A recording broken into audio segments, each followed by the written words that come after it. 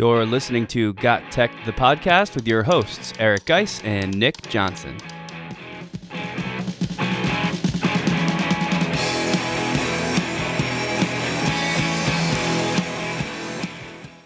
Welcome back to GotTechED the Podcast. This is episode 119 called Bicoastal Deep Dive with the Check This Out podcast. In this episode, we meet up with Ryan and Brian from Check This Out, each of us diving deep as we share one of our Edtech aspirations for the coming school year. We'll also share some cool Edtech that is worth checking out and talk about some good listens on our upcoming playlists. This is another episode you don't want to miss. Check it out.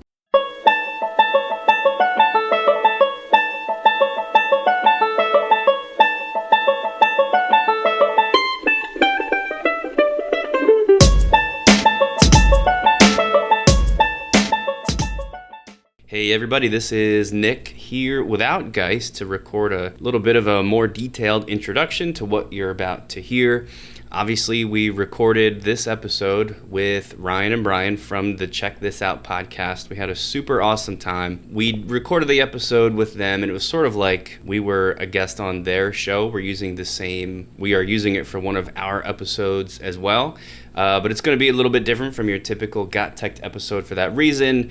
I also cut out from the beginning all of the parts where they were asking us to introduce ourselves, because of course that doesn't make a whole lot of sense if you're listening to this as a GotTechED episode. So it's a little bit awkward when it starts off. You're going to hear Ryan from their show begin talking about podcasting in general. It's just the best way that I could edit this down. And then once you get into the flow of the show, you'll get the sense of what's going on. But we just had an awesome time talking to these guys, and we hope that it's the start of a new, beautiful relationship in the Edtech podcasting world. So please enjoy.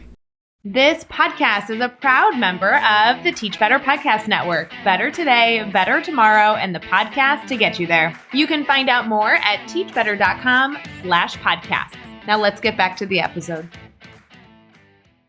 I don't know about you guys, but it's felt like for beyond the sharing out, it feels a little bit more just as a venue, almost therapeutic a little bit, to be able to just talk and be involved and connected and such. Have you guys, what got you into this thing? A homework assignment. He was doing his master's, I was doing my doctorate, and yeah, that's funny when I say I was doing my doctorate, because I'm the least likely to get a doctorate or a degree out of anybody here. But we both got a similar assignment. We asked the professors if we can work on it together. They were like, yeah, just do, instead of doing one podcast episode, do 3. So we did 3, and they both encouraged us to keep trucking on. So we published them, and that's been the end of that. And I'll add, it was really, this is a kind of like Guise's brainchild. I never would have put all this together myself, but I remember you were kind of pestering me about it for quite a while. We should do a podcast. And then finally those assignments came through, and it worked out, and I'm glad it did. But it's funny, you mentioned the sort of like the cathartic element to doing this. I don't know how you guys felt, especially over the past couple years, but I think we have that as an advantage doing this, because we do get to kind of sit for, an hour or so every week or couple weeks and like talk about teaching and do it in a way that I don't think a lot of other teachers do.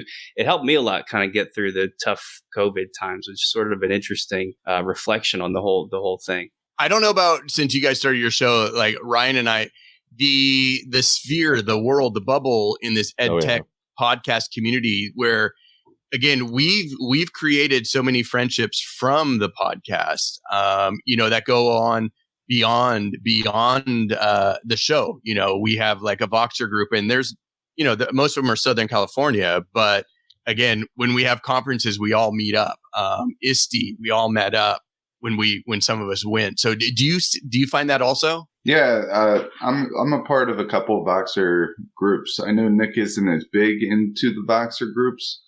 But there are a lot of podcasters. We just joined the Teach Better Podcast Network, and the way that we got that whole connection was through a Voxer group, and just getting to know the people from Teach Better and realizing how much we align with kind of what they're doing, and how podcasting could be a space where we all kind of grow together.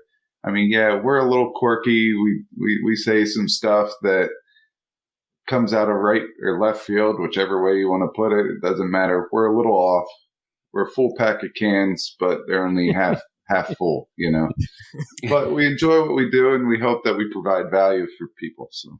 Well, and it's an interesting group of people in that everybody just wants to do so good at whatever they're doing, and everyone's constantly trying to do better and be better. And now you've got all these people helping each other out. So, if anybody out there is listening to this and it is your first EdTech podcast or your first educational podcast, you're in for a whole world of positivity and learning and crossover episodes like this, because it is just sort of this weird community where everybody's just trying to everybody's so hungry to learn new things and share it. And I don't know that I've ever seen that anywhere else. It's just sort of a cool thing to be a part of. And I hope it's cool for people to listen to as well. I think it is. It is. And even more than learning too, because I think in our experiences, the learning has migrated into this connectedness. I think that, Briggs, you were just talking about a little bit. It's community. It's the somebody you can listen with. And we are always hoping that somebody is either nodding or shaking their head, but just having some sort of thoughts about it and connecting, because we're often in the worlds that we live in, sometimes big schools or small schools, but it's kind of a lonely, a solitary thing at times, particularly if let's say you're the only AP bio teacher on campus, or if you're in a small school and you're the only third grade teacher. It's a little bit, challenging to be able to connect to people. So that's why I find this so interesting. It's really free support too. Mm-hmm. That's what it is. It's as ridiculous as it sounds. When I started listening to podcasts in the educational sector, I don't know, 6 years ago, some of the ones that I listened to, I was like, all right, I listen to them every week. I kind of feel like we know each other. Mm-hmm.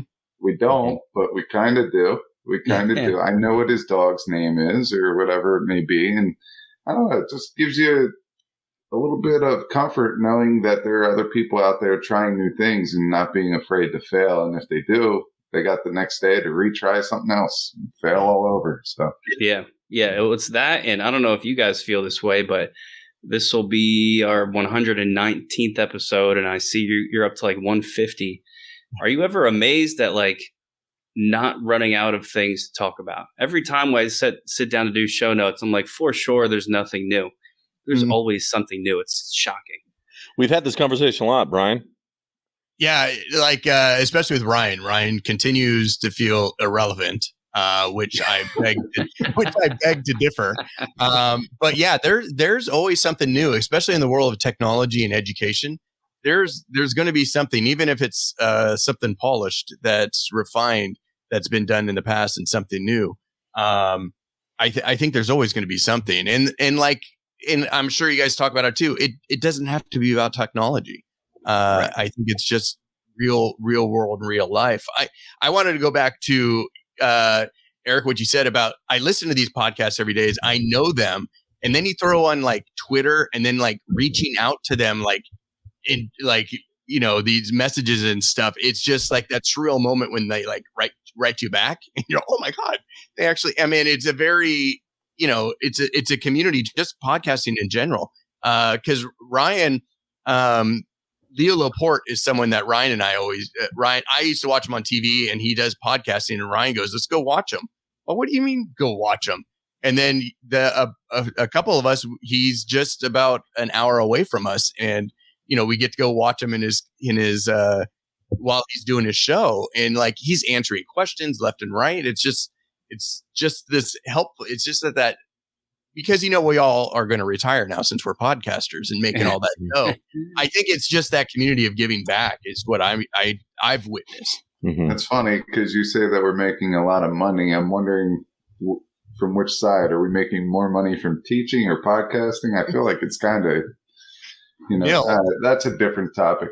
Yeah, Brian mentioned the irrelevant piece, and so I say I got 5 reasons, not necessarily why I think that I'm relevant, but at least from when we started podcasting, and I think that it's changed because you mentioned before, Nick. I think you said the idea about is there stuff to still share and talk about, and I'm definitely seeing a shift in there. One, I think it's me that I'm old.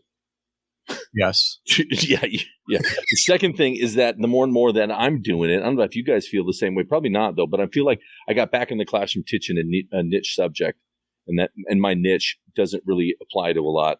But also, I think that what I'm doing personally is I'm trying to be able to do whatever tools that I've experienced and played with in the past. I'm getting rid of the breadth and going into the depth. Like I'm just focusing. Like this is the thing. I'm all in on a hyperdoc. That's it. Like I found my secret sauce and this and this and this and this, and that's what I'm coming running with. The other thing too is I think that technology's kind of settled a little bit. It feels like the wild, mad days of everybody trying to be able to find what the next new greatest thing has slowed down a little bit. And then the last piece I'm concerned about with my own staff or conferences or all that sort of stuff, I just worry about the overcapacity of staff, of teachers, that if I do, there's some people, we even had a teacher this year, and we said, it was at the end of the year, and she said, if please don't land one more bomb on me at the beginning of the year, because I don't think I can handle it.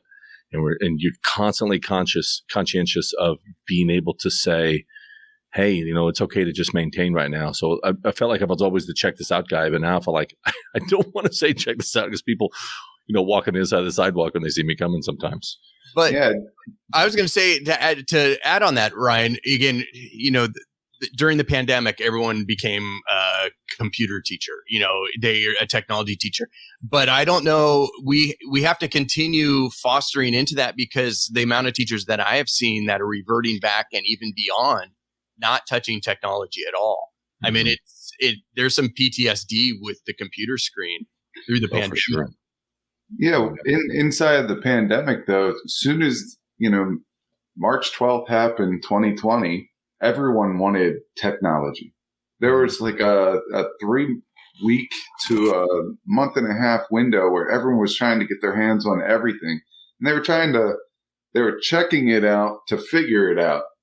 And then they realized, this is just too much. So now we're going to hyper focus on one or two things. And Ryan, you were talking about that. You have your hyperdoc, that's your secret sauce and everything. But within that hyperdoc, you change.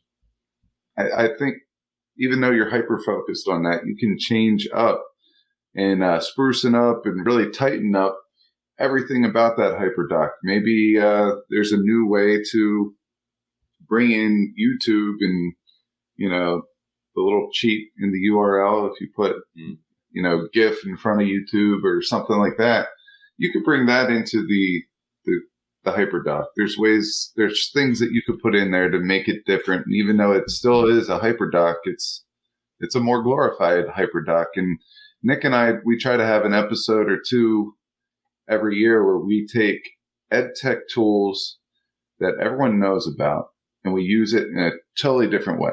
Some of the ones that we talked about is just the different ways that you can use Google Slides, or the different ways you could use Mote, or the different ways you could use Classroom Q. And we'll just have an episode where this is what it's usually for, but this is what I'm using it for. And I feel like that's a way to, we want to hyper focus on a couple of tools. We call it our Edtech toolkit. But within that Edtech toolkit, because you're pros at those tools, see how you could use them in a creative way to make them be something more than, what they are. Good chat. I like this. All right. Hey, where are we at, Brian? What's the next step for the show here? What we wanted to do, trust me, that's how our starts always begin, guys. It's totally go off we have a whole script and show notes here. We're breaking it.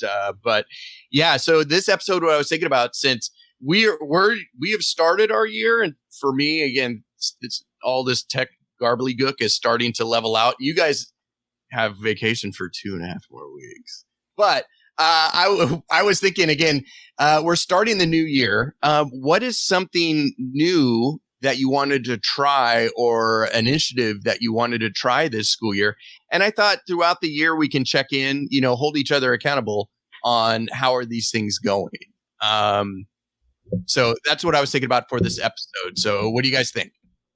Yeah, I love that idea. I think it's really cool, and that accountability piece is something we talk about a lot on the show, because that's what's missing so many times. If you say you're going to do something, if it's just your own personal goal, nobody's really checking up on you, so it's easy to let it go. So we're all going to follow up with each other. That's smart. And do you mind if I kick it off with something I've been thinking about? Go for it, yeah. All right, cool. So I can't remember if we mentioned this before. I'll intro it again. We, Guise and I, teach one course together, and it's a podcasting class The official name is called World Ready Technology, which is kind of tough to follow, but it's basically about teaching students technology that makes them ready to go work in the modern world today. So things like running a podcast or navigating social media, being an internet presence or a personality. That's sort of what the class is all about. We've taught this course for 1 year. Last year was our trial run on the whole thing, and it went really well, but there's definitely some things we want to change. So some of the one aspect of that I'm really looking forward to sort of doing better and pushing the kids more is getting the students to be more independent when it comes to the editing and the posting of their stuff. We pretty successfully got a bunch of student podcasts up online. They're all, publicly available. You can search them on Spotify and Apple, whatever, which is cool. There's a lot of hand holding, and we put a lot of our own time into, I wasn't editing student work, but we were really walking them through it. Posting in particular, we did all of that, which is, as you guys know, brutal. And when you're talking about 18 separate student podcasts that are 8 episodes apiece, it was like mind-numbingly bad. And I think it should, besides saving my own sanity, I think it should be part of this course where the kids kind of get to know that themselves. So, in particular, one thing we've been talking about is, like you would have in science, what we call a lab practical, where you go into like a chem lab, let's say, and you show your teacher, here's how you do this type of chemical setup, and here's how I would use it. We want to do that for podcasting. So the kid goes into one of our studios, turns on the mixer, hooks up all the mics, hooks up all the headphones, uses the digital recorder correctly, and shows us start to finish as part of the class to kind of put some of the pressure on them. Those are things that sound obvious now, but we didn't do. But I think we're going to build that in, and I'd really like to see that kind of have some payoff. So that's my own, and I hope I didn't steal it from you guys, because that's sort of an overlapping one too. But it's been on the radar for sure. I'm going to piggyback on later on, but what you said really resonated with the idea of projects are a challenge because of the hand-holding piece. Right. It's hard, and I feel like at one point, how much is it that I'm just dragging them through this as opposed of them going through that creative struggle, because they'll often not want to do the creative struggle and just want to hang it up. Yeah, I think that's a great point. And I always talk about the educational equilibrium. So if you have a straight line, I don't know, I always want to use a cliff, but I feel like that's going to get me in trouble one day. I'll say it to the wrong person. But you have a line, you just want to see how far you could throw them away from that line, because that's going to be their most uncomfortable spot. And as they crawl their way back to that line or to that safety zone, that's where the learning occurs. And I feel like that's what we got to do with this. We got to rip off the Band-Aid. Actually, all the kids coming in this year aren't going to know any better because they didn't know what it was like last year. Nick and I do remember it because, we'd get 16 podcast episodes. They'd all turn in 2 at the same time. And then the next day they're like, why is my episode published? And I'm like, because I have 15 other ones to do. I only did one because, it was a challenge to get through. And we have to make sure that we have to listen to everything. And a couple of our podcasts were 30, 40 minutes long every time. And it was about teenage pop culture, which I'm very far removed from. And I don't have a 14-year-old daughter to let me know what this High School Musical thing is and what song they're singing on it. So all that stuff is there, but we definitely need to rip off the Band-Aid. So that's a good challenge for you, Nick. Do we want to break up this East Coast, West Coast a little bit? Yeah, let's go back and forth. All right, go for it, Ryan. What I'm going for is a little bit of the very similar to what you mentioned, Nick, is the how can I get my kids to be able to be producing and being creators on their own. I teach mostly video, but media, basically video production, and we do lots of production for the school and outside, and there's a lot and that they need to be able to do. And I teach a pathway, so there's an intro, middle, and then an advanced. So it's interesting. By the time that I have my advanced kids, I've had them for 3 years. I like what you guys mentioned about like, hey, you got a new group, and so you train them up. I love having kids sometimes for 3 years, but if I screwed up the last year, I'm changing it. Like, well, I can't. I mean, they're a little bit more hesitant to the change because they liked it. Like, and I'm like, no. So I'm trying to increase the. I don't want to hold their hand as much. And so one of the things I'm going to be trying for this year is for my advanced kids. These are the producers. They're the ones who put in on our school broadcast. They're the ones who need to go into the sports games and filming. They're the ones who need to go to the choir performances and the band and all that sort of stuff and producing and all that. Is I'm kind of going towards a little bit of a flipped model, but the idea that I'm not doing any direct instruction for the most part is that when they come in, I'm going to give them every 2 weeks a check-in.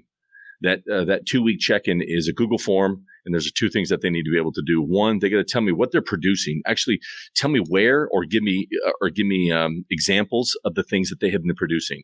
It could be the finished product, it could be the document that they're working on, but they need to be able to say whatever the things that they have been assigned that they're working on. Where are they on that path?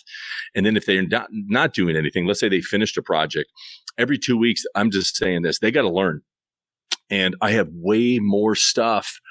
We have way more software and way more tools than anybody could ever really learn on their own. And so I'm constantly frustrated that the kids are not going back and just grabbing this camera or that gimbal or this and that. And I'm like, well, they're only doing things for a grade. So I'm like, well, let me try to switch it up and say, hey, so the grade is every 2 weeks, learn, just do whatever you want. And all the gear that I'm having is I'm wanting to try to be able to create video tutorials where I'm basically walking them through all these different sort of things, microphones, lights, whatever the kind of thing is. And they just go on their own. And then every 2 weeks, just give me a check-in about where they're at on that learning. So I'm about to introduce that this week. And it's a lot of front loading, and I'm not there yet about trying to produce all those videos and do all that sort of stuff. But that's what my goal is, to be able to. I really want to be the teacher who just walks around and just checking on kids and see how they're doing. So one of the things that I really like about what you're doing is really putting the onus back on the kids. But one of the ideas that I always have on this type of a model is this year you can use these kids to make your videos for next year. If you know that this is the way that you want to do it, you come up with a list of the 40 or 50 videos and you just say, okay, this marking period, these are the 10 videos we need to get done. These 2 are going to work on that one. You break it up. The next marking period after you teach it, these guys make the professional video. That way, they're doing some of the legwork and they're also learning at the same time. Yeah. I like that idea of trying to be able to do that. I just got to have them to get that accountability piece of just don't say, oh, hey, teach this Sony camera. And I'm like, hey, I got to give them a checklist. Be sure to mention this in the manual settings and how to swap a battery out and blah, blah, blah. But yeah, I would love to get to that point. So it's a process, but that's what I'm shooting for. So I'm gonna steal your every 2 weeks check-in idea, because I think that's probably the solution to what I am talking about, where we did our first run through with this course. We did a lot of like daily individual assignments too. There wasn't a lot of direct instruction because it wasn't that type of class, but we were up there at the front of the room every class period saying like, here's how you do Canva. Here's how you remove the background. Here's how you blah, blah, blah. Whereas it would be way cooler if, like you said, the grade was the check-in, and every 2 weeks you're just kind of setting goals like, what'd you do this past 2 weeks? Okay, that's good. Here's what you need to do for the next 2 weeks, kind of thing. And that's what they're getting assessed on. That's the kind of thing we talk about all the time, dude. And that would be sort of, applying it to our own course as well. I like that. Downside, as you mentioned, is all that front-loaded work, because if I'm not going to be teaching them Canva, they got to be getting it from somewhere. Who's going to create those materials? So yeah, and there's stuff. Everybody goes, "Oh, there's great stuff out there," and there is, but I don't. I mean, so let's say, hey, I want you to learn how to be able to create a whatever in Canva. Or like, okay, but that tutorial is 20 minutes long, or that one's 45 minutes long, and I only want you to do this piece. And in the end, is it just easier for me to just do a 6-minute one on my own? So yeah. So all right, who's next? Yes, it's my turn. So Nick talked a little bit about World Ready 1, and that course is all about students being content creators. And Ryan, you said the same thing. You want your kids to be content creators. Well, I want to push that out. And we have a second course that we're putting into motion this year. Right now we have a lot of ideas, but we want to bring them to life. And it's really going to be probably done as we go, because I have no clue how long it takes to do any of this stuff. But for World Ready 2, it's just going to be a whole bunch of independent publishing projects. They're going to start off by creating their own brand. We have a lot of people call them makerspace. We call them a design lab, just because I didn't want to call it a makerspace. I was over it, the term. But in our design lab, we have some sticker makers. We have T-shirt, like a decal printer cutter that you can do a heat press with some vinyl into a T-shirt. We have a laser engraver, poster plotter, fathead maker, whatever it's called. But we have all that stuff, but now we got to connect it to a curriculum. That way it gets used and it's not just sitting there collecting dust. And we have all these ideas about what we want them to do. They'll start with the brand, then they're going to meet up with a club or an outside business or even just another teacher and sit down and try to help them brand themselves, come up with a logo, all that good stuff. After that, they're going to do an unboxing video. So they'll all have to do a couple unboxing of whatever they want to choose. It doesn't matter. They're going to do that. We're going to run it all on one YouTube channel, the class channel, and we'll also put it up on the website. At the very end, we're going to have them publish a class cookbook, whether it's, we'll pick it. It could be a dessert book. It doesn't matter, but they're going to have to learn how to format it a certain way, have the pages in the center bleed across, and they're going to sell their cookbook at the end. So we found a site that allows us to print them out in a paperback it's not a whole lot of money. And then they'll try to sell it for like $5 a cookbook or something like that, and see if we could donate it to a good cause. We have a teacher in our district. He's from Kenya, and his father left him some land in Kenya. So he put Wi-Fi, he put an access road, water, and now he's building a town hall and an educational center and stuff like that. So that's one of the charities that our district is pretty loyal to, that I could see that as an avenue for that. But it's all getting them involved with stuff that these skills that they're going to have to use later. So I just need to stay on top of it. Well, Nick and I need to stay on top of it, but I just want to make sure it becomes more than just a whole bunch of throw together assignments that they just have to check off. I want it to be a little bit more meaningful than that. And that's going to be the challenge there. I think, again, with that, I like that, the cookbook idea. And then previously, like you just talked about marketing, again, using those skills that they learned earlier to market that book with stickers, advertisements, YouTube, social media posts. It's almost like a great project-based, wrapping it all up into one type thing. And I think the book could be not just, it's almost like the replacement to the yearbook. The kids, the only people making the yearbook is the yearbook committee. None of the rest of the population classes didn't have much say in it. It's one person. Let's get this picture, that picture. So I like that idea of, the recipe. And I think that could be, you can stem off of that from other books that you can compile throughout the year. So, and like new courses. Yeah. The cookbook's cool, but what I really want them to learn is, well, why do they need to buy an ISBN number? Yeah. And how can they use that ISBN number and put it on Amazon for, the ebook, the e-cookbook, and how that costs. Like, I want them to look at the cost between everything. Mm-hmm. I already know the company that we're probably going to go through for the print, but I want them to do the legwork. Maybe they find a better company than what I found. And that would be awesome. And that's part of the research process that is so valuable. We look at doctors and things like that. If you look at the tests that they had to take 20 years ago, it was a lot of facts that they had to memorize and regurgitate out.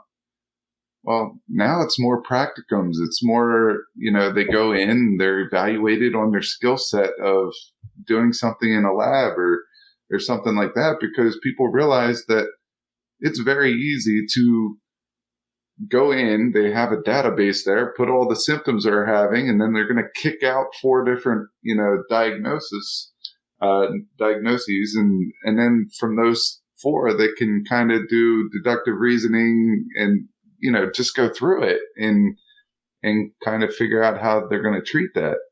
And that's the same thing with teaching.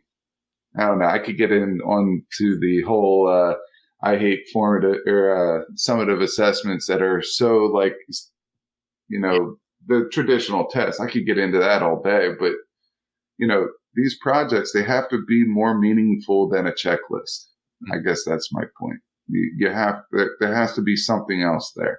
I think you mentioned wanting to make sure it's not going to be like a series of disconnected things, like an unboxing randomly and then publishing a cookbook randomly. I think the connecting piece there is going to be the branding and the marketing, where everything they do, it's got their logo slapped on it, and their whatever their like little intro video is or intro audio is, and once it's done, how are they going to share that? How are they going to be posting that? So even though they're going to be doing all these different things, it will be under the same banner of their, their brand, really. And I think that's what's going to link all that stuff together, even if, especially this first year, even if it is a bunch of different stuff. That's kind of how I saw the whole thing, at least.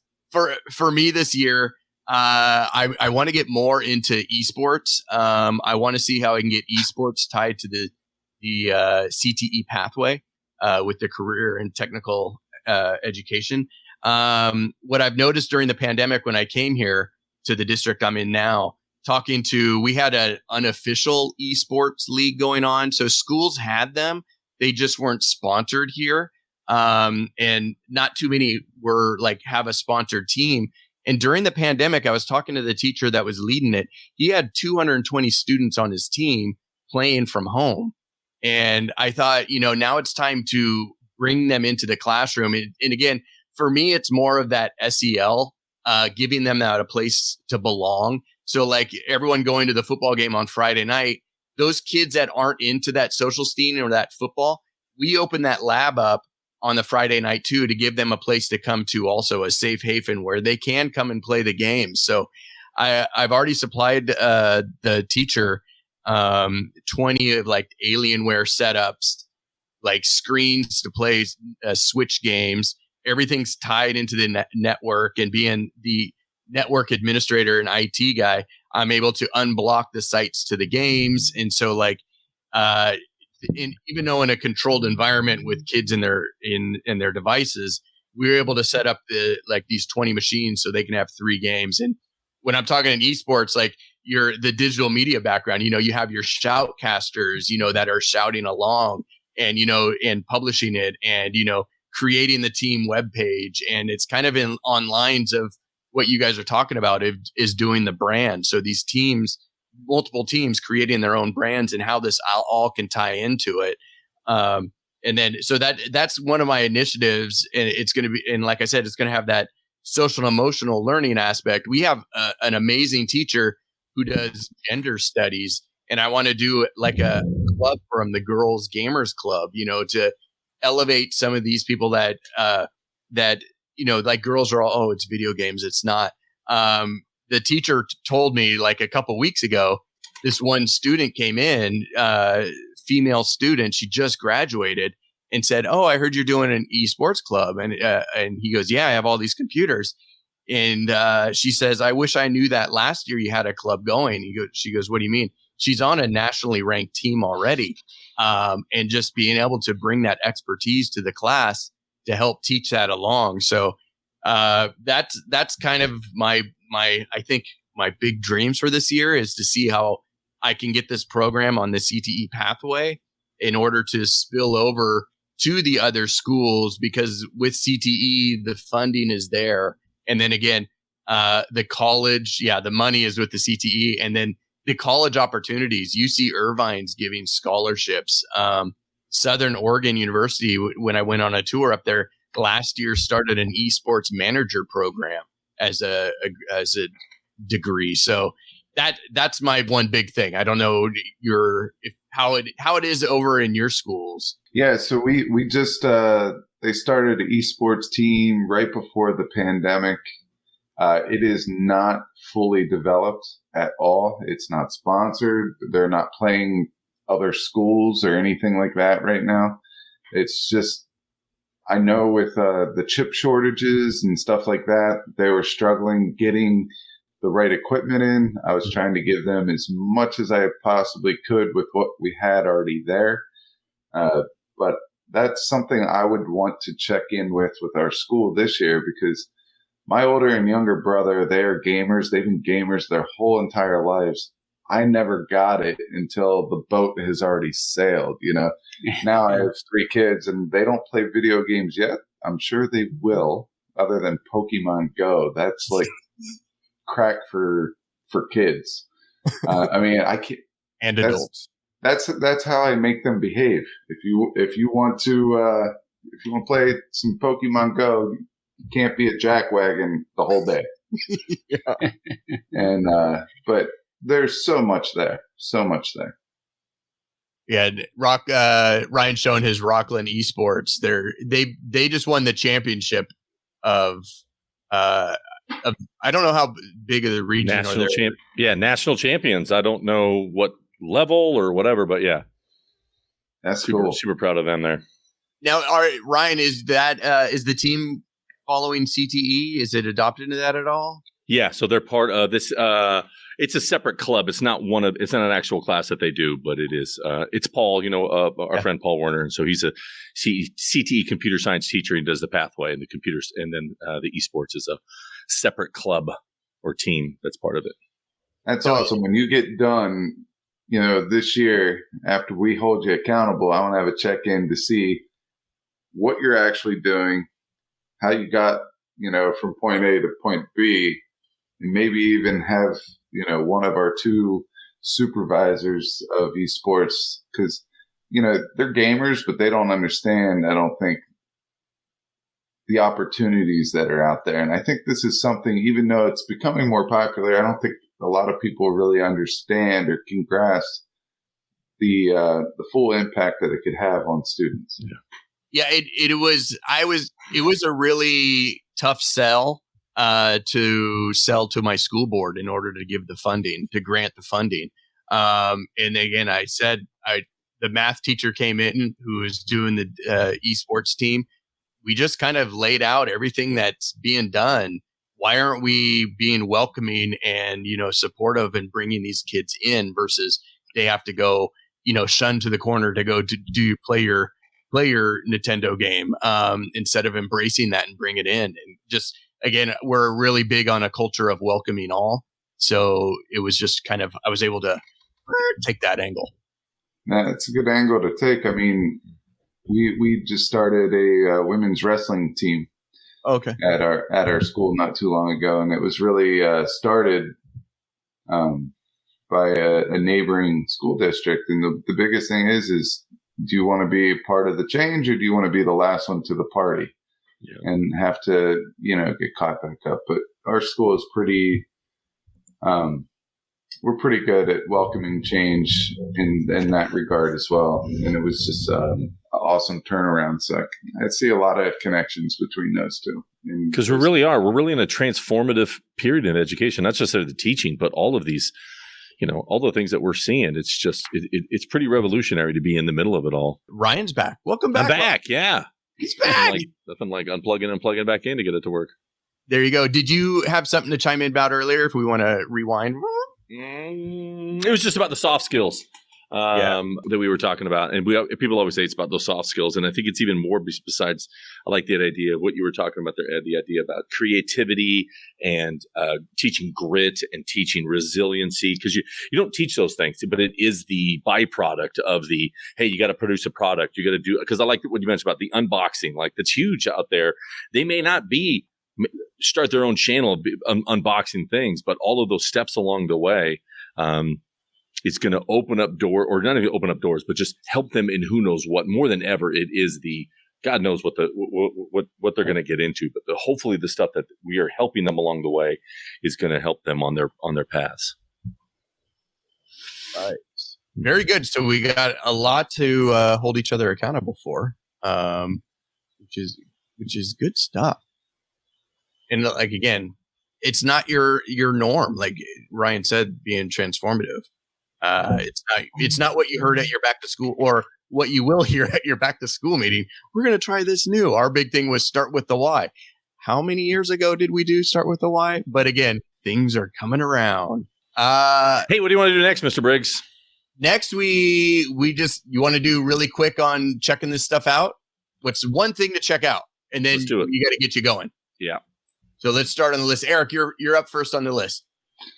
All right. I'm going to talk about the Morning Brew, which is a newsletter. And I love this newsletter. I found it on Twitter. I was like, hey, you know what?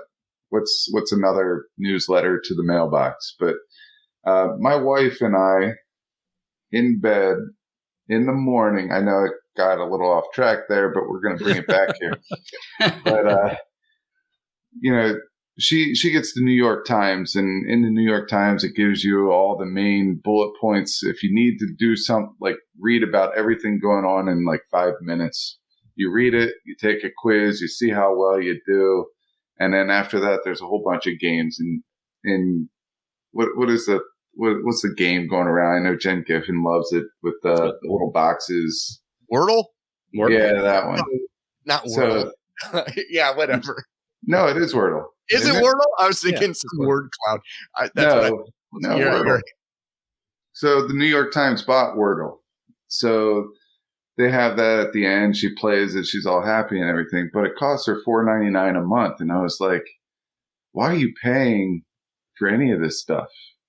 It's a subscription. She goes, well, I like doing this every morning. I go, there's tons of other ones. So the Morning Brew, it will do this for you. You could also pick, like, they have specific content that you go to. I subscribe to the Morning Brew, which is the general one, but I also do the tech brew of the Morning Brew. And it's like new technology that's coming out and things like that.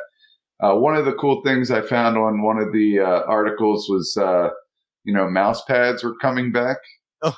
And you're able to personalize the mouse pads. And the one that I saw that I really liked was the Google Sheet. Oh, geez. Cheat shortcut mouse pad. So throw it there, and down there's every single cheat that you possibly would need in these organized categories. So yeah, I thought that was a good one. And then I also threw on this list as well, because it kind of goes with the cheat sheets, is the reference guides. There's several reference guides and collections out there that are pretty amazing, that are really put out there by some of the Edtech leaders out there. And this was a set that I really liked. So if you forget how to do stuff, or if you think that there's a shortcut that you don't know how to do, these cheat sheets and tutorials will help you out with that. I remember Custom Guide in a district 2 years ago. We had it. Not 2 years ago, 2 districts ago. Yeah, these are great. It was right to the point. You can print them out, throw them in student staff lounges if needed. So I just bookmarked that again to look in subscription. Totally forgot about that. All right. That's great stuff. I like that. Ryan is gone. All right. Next, Nick, what do you got? Yeah, so this is a quick one. It's an extension that we just learned about. We were running a class for a PD session this past week on choice boards. And, we were going off on all the crazy kinds of, styles, and most of them done via Google Slides, where there's like a home page with different pictures or shapes that are then linked. So as the students click them, that shape takes them to slide 3, and this shape takes them to slide 6, depending on whatever choice they make. And, not realizing the whole time that there are some people sitting out there in that audience that are, not familiar with the idea of linking between slides in Google Slides. And, we get so embedded in this, in this world that you can forget stuff like that is important to cover that. And after we were done with this day, somebody shared this really cool extension with us, again, called Hyperlink Slides Choice Board. I'm not sure if I said that, but that's the name. It's a little clunky. Hyperlink Slides Choice Board is the name of the extension itself. So you can check out the show notes for that direct link, or just give it a Google, of course. But it's really cool. It does all that linking for you. So when you open up Google Slides and activate the extension, any shape or picture or text box you put on slide 1, this extension will automatically create a new slide in the slide deck that links to that object. And in those new slides that it's creating, it will also automatically put a home button, which is something else that you typically want to do in this type of self-guided Google Slides thing. So if you click on one thing and you go suddenly to slide 10, you have a little home button to get back to slide 1. And that takes a decent amount of work and some knowledge and skill with linking. This extension does all of that stuff automatically. You just have to put those initial pictures on slide 1. So it's a really cool piece of tech out there. I just learned about it, so I haven't tested it extensively myself, but it does seem to have some pretty good reviews. So check it out, everybody. Very good. Yeah, it looks like it's made by Alice Keeler. She made that. So, yeah, right. Alice is down out this way. So before she moved, but yeah. Very cool. She has a ton. I know she's really forte is math, but if you look in that store, she's taken the coding skills to the next level. She's created a lot of extensions and add-ons. So yeah, she's pretty amazing with anything with sheets. I'm telling you, yes. Like I did a couple of workshops with her, and she has a lot of energy. She brings it. She knows her stuff. She's very confident, and it's just fun to check her out in any type of a professional development, because you know that you're going to get something that is very full of energy and direct. And I really like that about Alice Keeler. I actually got her to sign a book for me once, and she goes, "Well, what do you want me to write?" I was like, "Write whatever you want." Okay. She was just like, poof. And I was like, that works. Short, sweet, to the point. Love it. But yeah, I mean, what she puts out there is great. She is one that she starts some of her keynotes with, where she'll pop a question up on the screen, and then you have to type an answer to the question. It automatically makes a new slide for each person that fills out the form. I'm still waiting for that one. I don't think she's released that one, but that was like 5 years ago. So I think she's holding that one near and dear to her heart. But she's keeping that in her bag of tricks. Like, put that one out there for a subscription. I'll buy them all. Very good. That's cool. Ryan, he had to bounce off, but what he wanted to share was someone on Twitter. I just picked this up. Jessica Ryan, fun ideas to start the new year. So check it out on Twitter. You can see that, and she has some ideas here as mine is loading up in a Google presentation. And again, just some things to try. The elevator of engaging learners. So she has some that you can go through here. Introduction, gamification. So some cool things in a slide format again. So that was hers. And I know the next thing he shared was something that he created not too long ago. His 14 ideas for the first day of school. So there's some good ones on here. This is his term. He's trying to token his listicle of 14 ideas for those first days of school. Would you rather, smart starts, conversation starter ball. So some good stuff to check out there. Yeah, those are pretty cool. I love with the first one. You're getting a 2-for-1 here. Jessica, I believe was her name. Was it Jessica? Yeah, Jessica Ryan.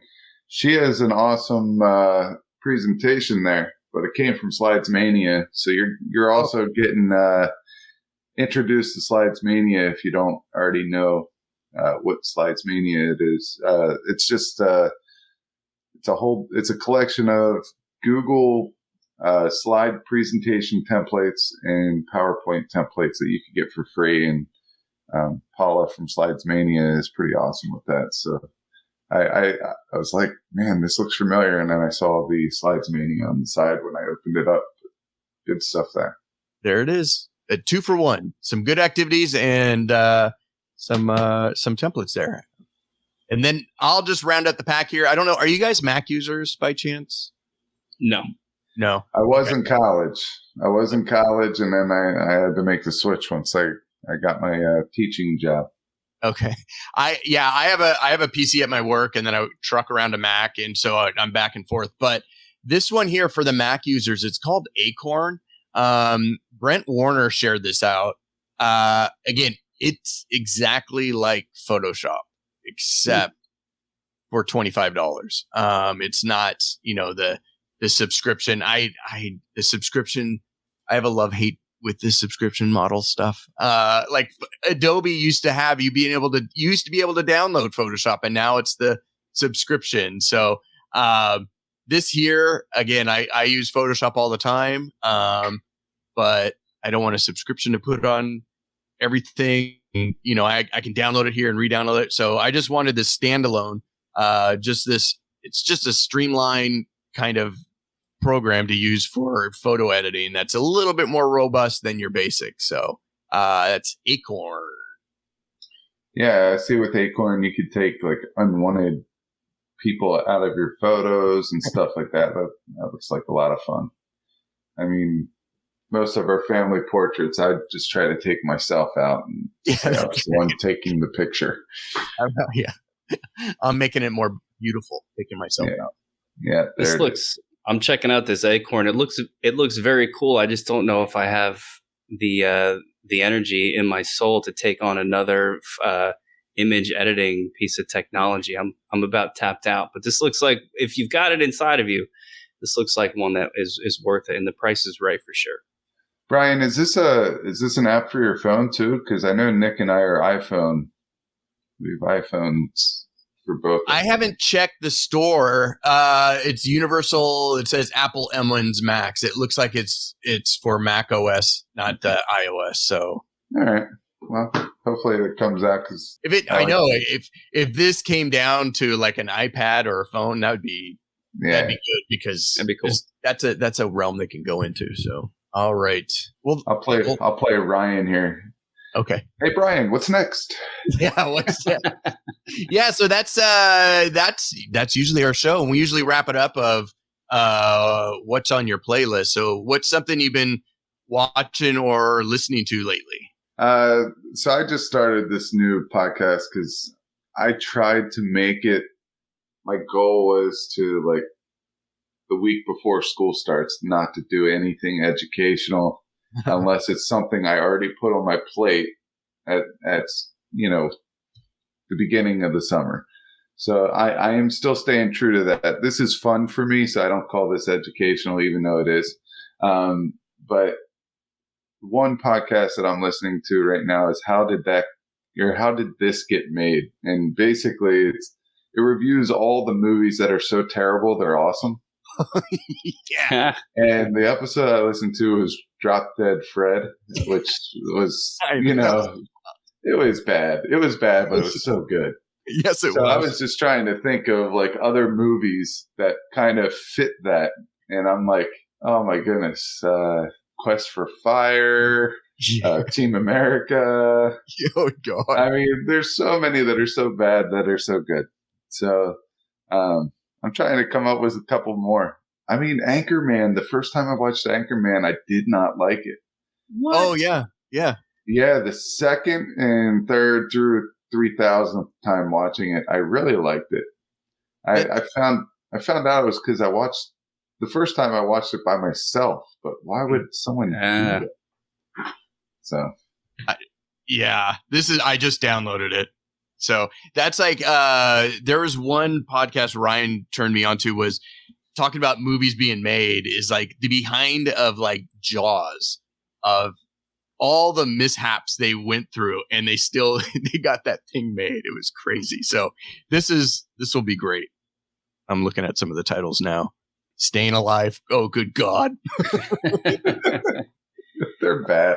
Like some of these movies, you look at the title and you're just like, oh my goodness, I can't believe, one, I watched it, and two, it's on this list. Yeah. Is Breakin' 2 Electric Boogaloo on here? I have no clue. Didn't dive into it that much. I was just looking for something easy to listen to on my way back from visiting my dad. So Drop Dead Fred it was.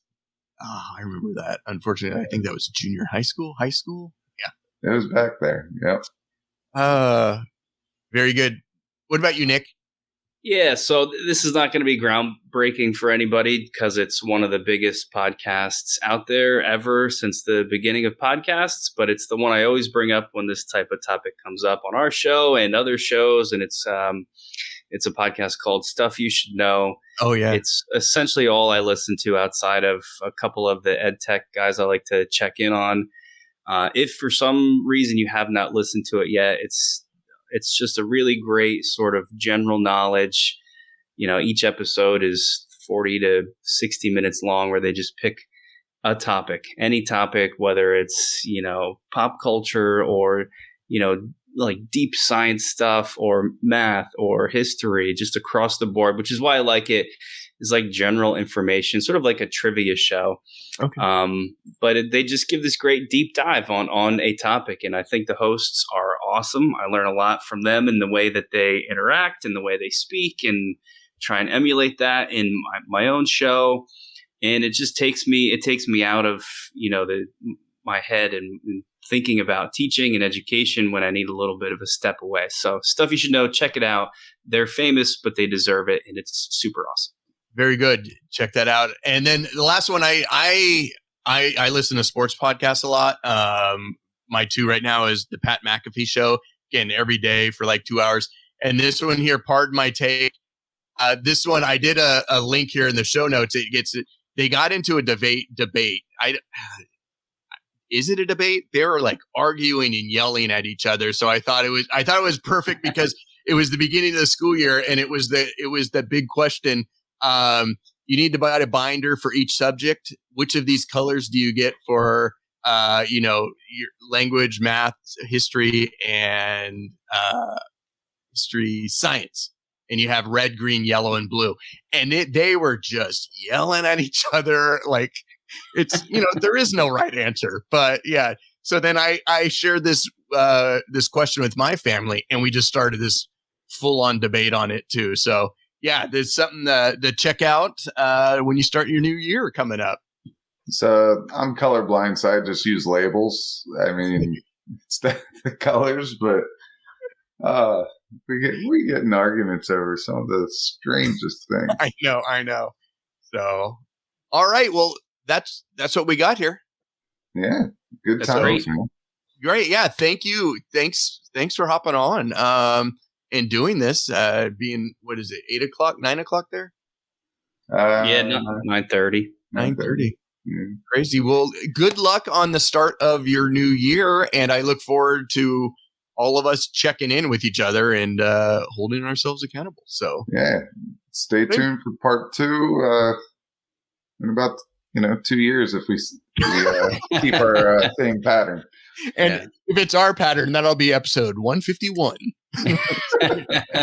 Now, thank you so much, guys. This was a lot of fun. Thanks for listening to GotTech the Podcast. Remember to subscribe to our show and follow us at WeGotTech on Twitter so you can stay up to date with the latest episode releases, blog posts, product reviews, and PD announcements. You can also follow Guise and I individually at Guise Got Tech and at Nick Got Tech on Twitter or on Instagram at Nick Got Tech. Finally, remember to check out our website, GotTechED.com, where we post all our episodes, articles, and resources available to you for free. Until next time.